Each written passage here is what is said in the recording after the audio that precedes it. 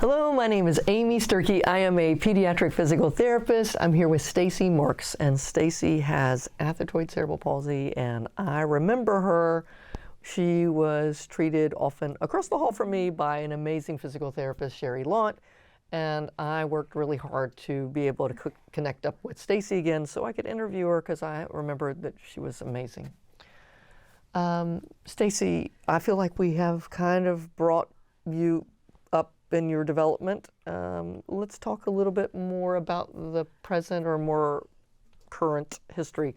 It is not uncommon for people who have athetoid cerebral palsy to have emotional difficulties. They are more likely to need long-term caregivers than people with other types of cerebral palsy. My experience is that the damage in the brain that causes athetoid cerebral palsy tends to be fairly late. So these people tend, in my experience, to be much smarter. And so often I see them having significant frustrations between what they see their life as doing and what they want to be able to do. I was just curious for you if you had any of those issues or trickinesses in your life.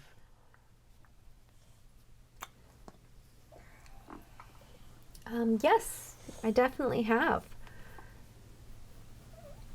Can you tell me about them?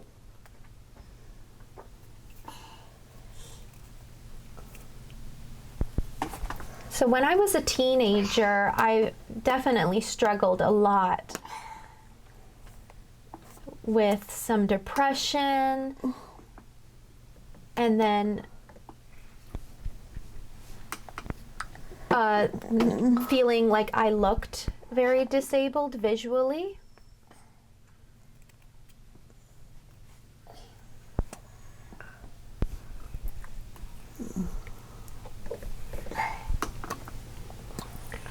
And I felt very insecure about that. And I really wanted to stop with all of my jerky movements that were present at the time. And that led to some depression. And I had some therapy for that until I was about 21. And then my depression worsened significantly. So I went to a residential facility for adults with disabilities, and I got some more therapy. And when I was 22, I moved into Raleigh. And I lived there for around 5 years, and I was living fairly independently.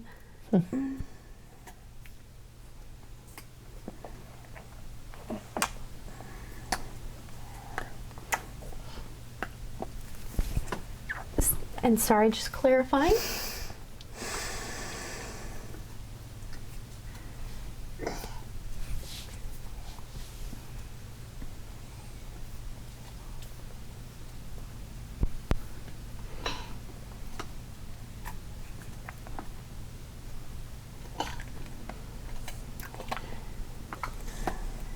And so during the time that I was there, there were several other residents who were also deaf and had CP, so that sort of bolstered my self-confidence. But after a while, I just wasn't really feeling satisfied with my life, with the government, like the rules that were there in place where I lived. And I was very angry at that time, always mad. And I think that stemmed from my depression.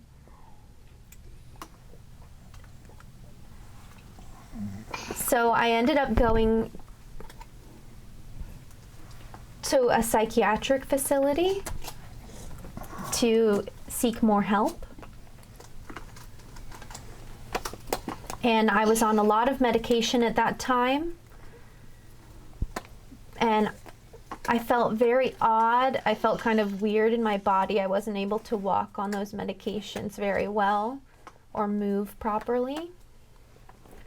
And my mother was fighting very hard at that time to get me out of that facility and moved somewhere else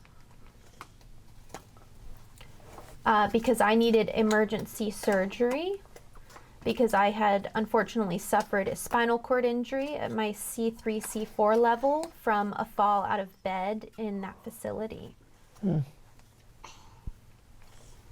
And that was 9 years ago now. Wow. But over time, I have learned so much about myself and how to accept my disability, my cerebral palsy, and my spinal cord injury.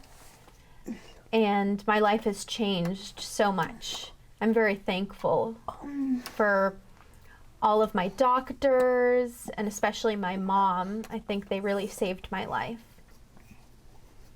Wow. So tell me what you were capable of before your spinal cord injury and what you're capable of now, and how your body is different. So before my spinal cord injury, I was able to walk independently for short distances, dress myself. I could cook somewhat.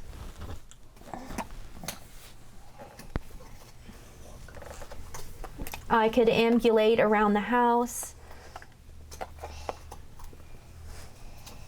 and use a walker, things of that nature. But today, my life has changed in a big way due to my spinal cord injury. I need help bathing and dressing, using the restroom, transferring, pretty much everything in daily life. I need some assistance. It's definitely not the same as before, but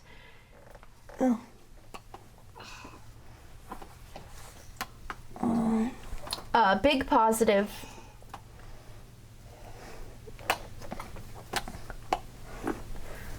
sorry, just clarifying a little bit.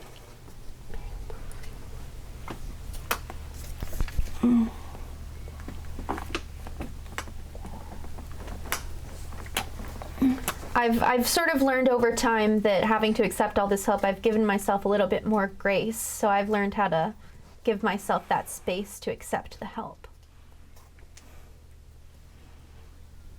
And can you stand or walk now?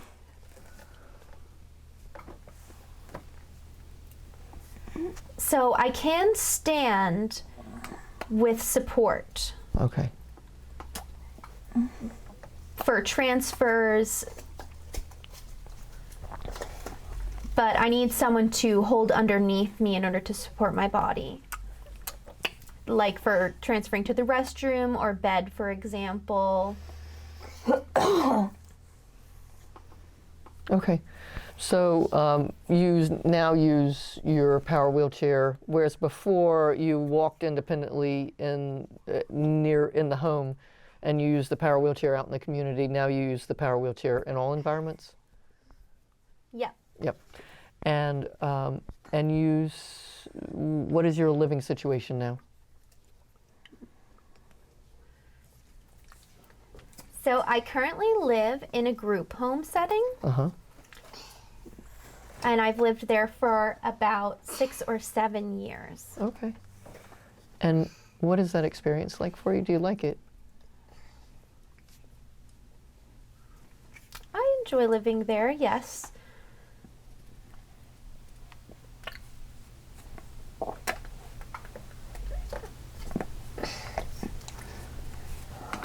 I always have staff available to me inside my house where I live.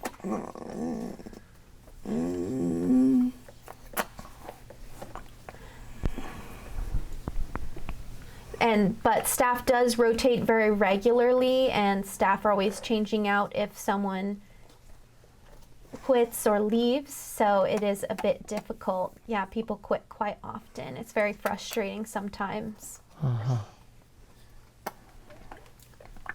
But today it's gotten a lot better in recent months. Oh, and also,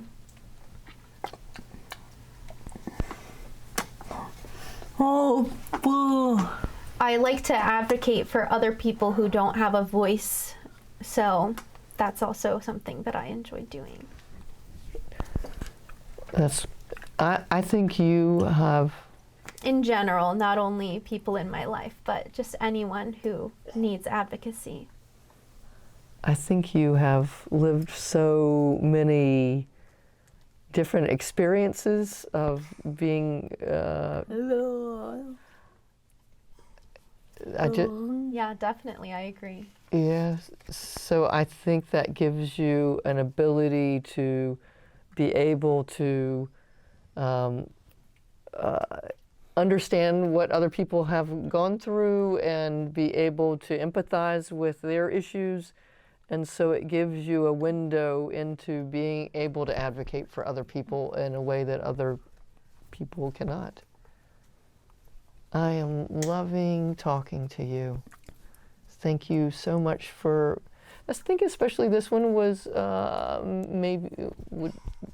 felt a little bit more vulnerable in sharing some parts of your life. So thank you for being brave and being willing to share those parts of yourself. I'm really enjoying talking to you. I hope these videos are helpful for you, and we'll look forward to seeing you next time. Thanks a lot. Bye-bye. If you liked this video and would like to be notified by email when the next video comes out, click the subscribe button here and click the golden bell icon and ensure notifications are enabled on your account.